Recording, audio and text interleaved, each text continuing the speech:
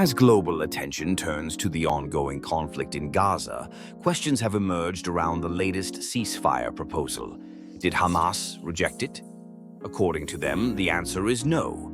They responded positively to the U.S. proposed framework, but with key additions: a permanent ceasefire, full withdrawal of Israeli forces, and consistent aid. The central concern? A fear of abrupt truce end. Instead of releasing all hostages at once, Hamas proposed a phased release across the ceasefire period. They also reinstated transitioning Gaza's governance to neutrality. At the heart of this negotiation is a humanitarian crisis. Gaza's population faces extreme food shortages. According to the UN, famine risks are growing daily.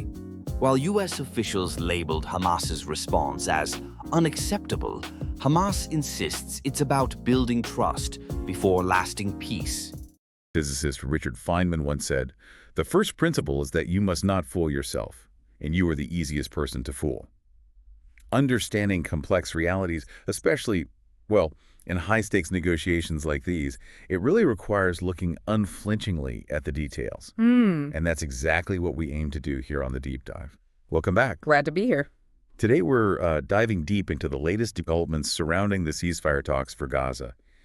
You've given us some recent reporting, and our mission, really, is to unpack those sources. We're focusing on one key piece that details the current back and forth. That's right. We want to pull out the essential insights, the core information, to help you understand the current diplomatic landscape. Yeah, and we're drawing specifically from recent reporting published by Al Jazeera. It provides a really focused snapshot of, where things seem to stand right now. And look, this kind of detailed insight into current affairs, it's not just crucial for staying informed generally. It's pretty vital if you're navigating complex fields like international relations or maybe preparing for exams, say like the UPSC, where understanding these dynamics is absolutely key. And of course, just for general public information. Absolutely. And the picture painted by this source is this. There's a proposed ceasefire framework, reportedly originating from the U.S., on the table. Now, Hamas has responded, but interestingly, not with an outright rejection. Instead, it's a counterproposal adding specific provisions. So our goal, staying strictly within the details provided by this Al Jazeera report, is to understand what was initially offered, how Hamas responded, maybe why they responded that way, and what the reactions have been. Let's unpack it. Let's do it.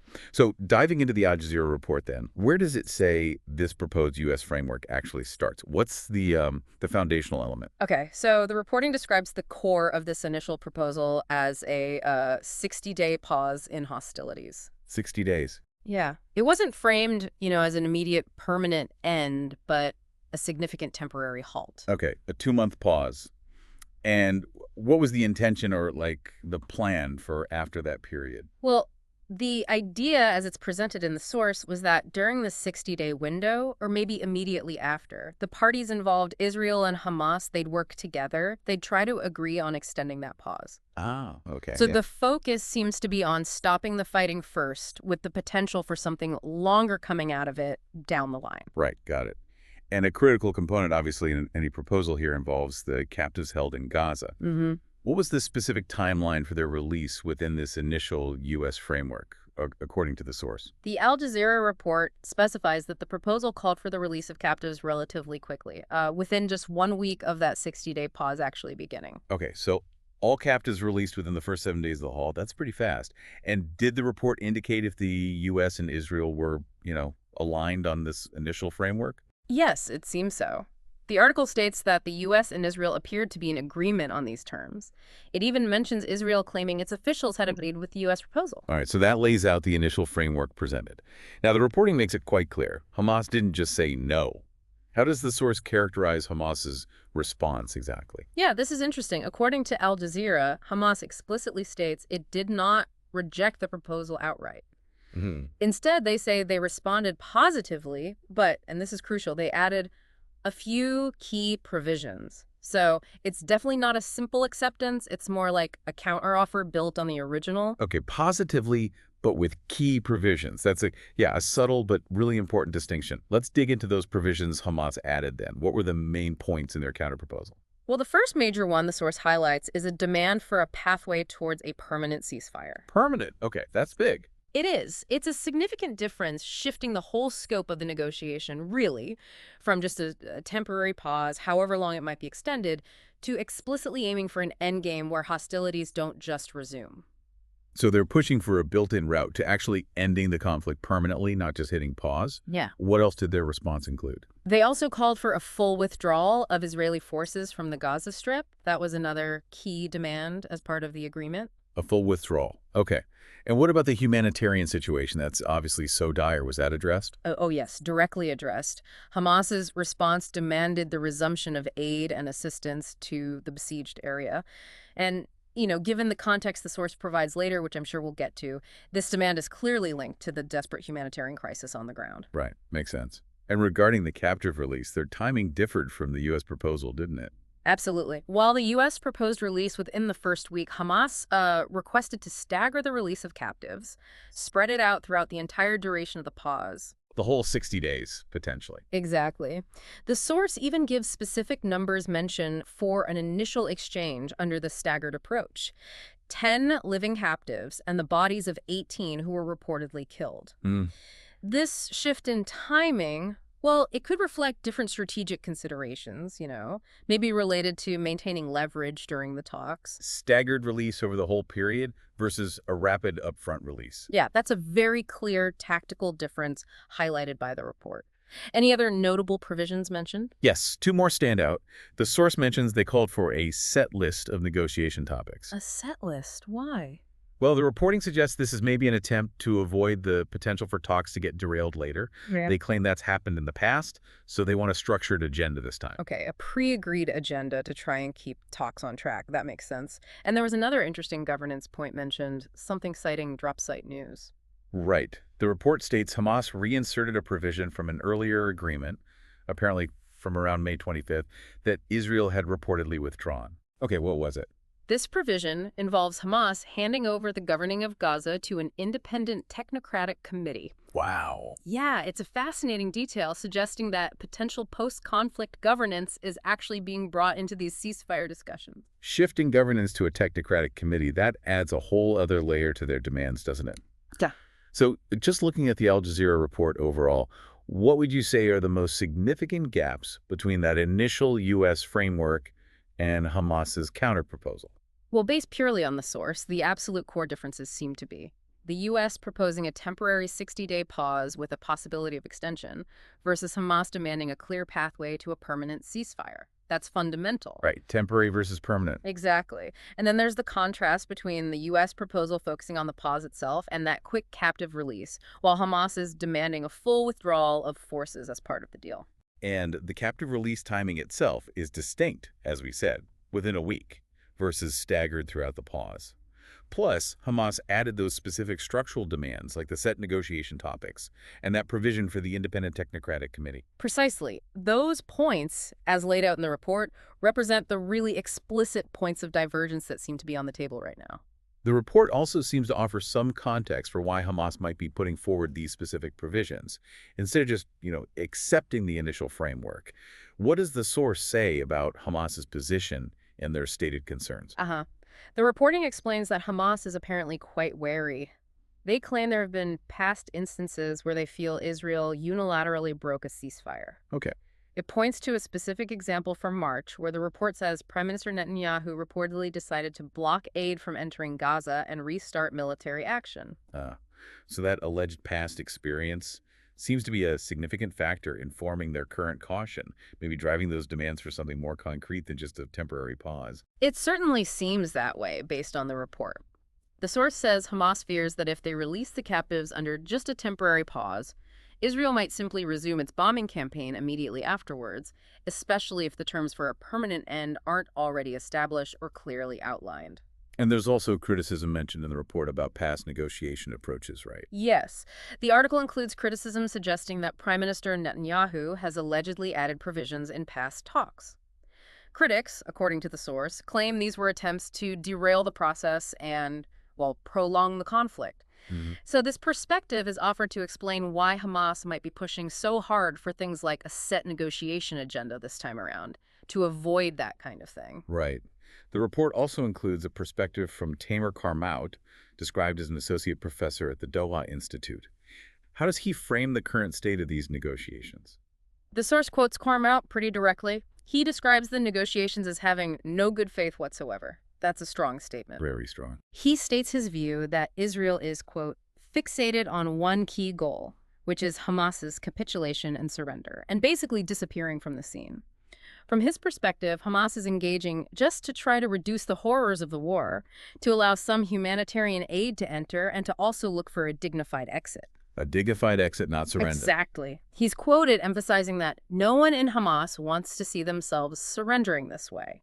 So that offers a specific interpretation of their motivations in these talks as presented in the source. That perspective, yeah, is certainly stark. It sheds light on the deep-seated mistrust that seems to be a major obstacle here.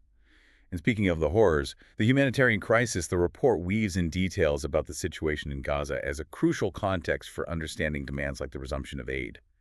What does the Al Jazeera report tell us about conditions on the ground? The reporting details really severe levels of malnutrition and a significant risk of famine across Gaza.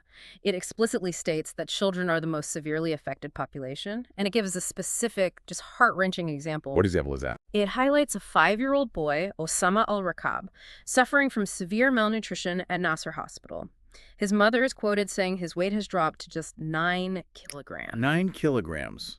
For a 5-year-old? 9 kilograms, yeah. Due to his condition caused by ongoing malnutrition. It's a powerful, specific detail that really underscores the human cost. It brings the abstract humanitarian crisis into sharp focus. It really does. Wow. And the source includes a very strong statement attributed to the UN. It says families are being starved, deliberately denied basic means for survival. It reports only a trickle of aid is getting in, nowhere near the massive needs. Just a trickle. And the UN statement, as quoted in the source, includes this incredibly stark observation. Gaza is, quote, the only territory in the world where an entire population is at risk of famine. And it attributes this to what it describes as more than 80 days of total blockade by Israeli authorities as of the time the report was published. That level of detail from the UN, yeah, it underscores the urgency behind those aid demands and puts the negotiations into a much broader, much more tragic humanitarian context. So, okay, we've looked at the proposals, Hamas's counteroffer, the context offered by the source. What have been the stated reactions from the U.S. and Israel to Hamas's response? The report details the U.S. reaction quite clearly. Witkoff is quoted or paraphrased, calling Hamas's response totally unacceptable. Totally unacceptable. Yeah, and he's reported as saying it only takes us backward, a very strong dismissal. That is a very strong dismissal from the U.S. side, according to this report. It is. The report also notes Witkoff urged Hamas to accept the framework proposal as the basis for proximity talks. He suggested they could start immediately to finalize a 60-day deal and then have substantive negotiations in good faith for a permanent ceasefire later. So, accept the deal first, then talk permanent peace. That seems to be the message. The source also briefly mentions that U.S. President Donald Trump had previously stated the two sides were nearing a deal, though that was before this specific response. Right. And what about Israel's reaction to Hamas's counterproposal, according to the Al Jazeera report? The report states that Israel agrees with the U.S. assessment. White House Press Secretary Caroline Leavitt is quoted or paraphrased, confirming Israel backed and supported the new proposal from the U.S. side. Okay. And Prime Minister Netanyahu is also reported to have criticized Hamas's response. The source actually describes his comments as parroting Witkoff, blaming the Palestinian group for not accepting the framework. And what did Netanyahu say about Israel's path forward then, in light of this response? The report quotes him saying, as Witkoff said, Hamas's response is unacceptable and sets the situation back. Israel will continue its action for the return of our hostages and the defeat of Hamas. Right. So this indicates, based on the source, a stated intention to continue military action alongside any diplomatic efforts, at least from the Israeli leadership's perspective. So according to the report, the U.S. and Israelis' stated positions on Hamas's counterproposal appear very closely aligned, viewing it as unacceptable, a setback. Finally, the source doesn't just discuss the proposals, it also mentions what was happening on the ground as these talks were unfolding. What does it say is currently happening in Gaza? Yeah, the report concludes by stating that in the interim, while these proposals and reactions are being exchanged, Israel is continuing its attacks on Gaza. It provides a specific detail from Sunday, May 31st, 2025. What happened then? Israeli forces reportedly opened fire on groups of Palestinians who had gathered at aid distribution sites in southern and central Gaza. At aid distribution sites. Were these sites clearly marked or run by specific groups? Yes, the source states these sites were reportedly run by a U.S.-backed group called the Gaza Humanitarian Foundation. And casualties. Were there casualties reported in this specific incident involving the aid sites? The report mentions that at least 31 people were killed in Rafah, and another person was killed near the Netzarim corridor during that reported incident on Sunday. 31 killed at an aid site. This deep dive into the Al Jazeera reporting, it truly lays bare the complexity here. You've got the specific proposals, the significant gaps, these differing priorities in the counterproposal, the stated rationale and historical context informing those demands, that devastating humanitarian backdrop, and the ongoing military actions, even as talks are discussed. It's clear these aren't simple discussions at all. Absolutely not. And understanding these specific points, the differences between what was proposed and what was countered, as detailed in this source, is really key to grasping why current diplomatic efforts face such immense challenges. It shows it's not just about agreeing to a pause, is it? No. It's about fundamental disagreements on the endgame, on withdrawal, on aid access, the future of governance, all against this backdrop of profound mistrust and, tragically, ongoing violence. It really is. Yeah. And based on everything we just walked through from the source, the differing demands, the alleged history of mistrust, the desperate humanitarian crisis highlighted by the detail about Osama al-Raqab and the UN statement, here's maybe a provocative thought for you, the listener, to consider. In negotiations that are fraught with this level of historical baggage and such immediate human suffering, can a pathway to peace truly emerge from proposals and counter-proposals that appear, at least according to this report, to be so fundamentally different in scope and trust? Or does the cycle of perhaps stated maximalist positions in ongoing conflict make any genuine breakthrough tragically improbable, at least in the short term? Just something to think about. Indeed. A difficult question with no easy answer. Thank you for joining us for this deep dive into the latest reporting on the ceasefire talks concerning Gaza.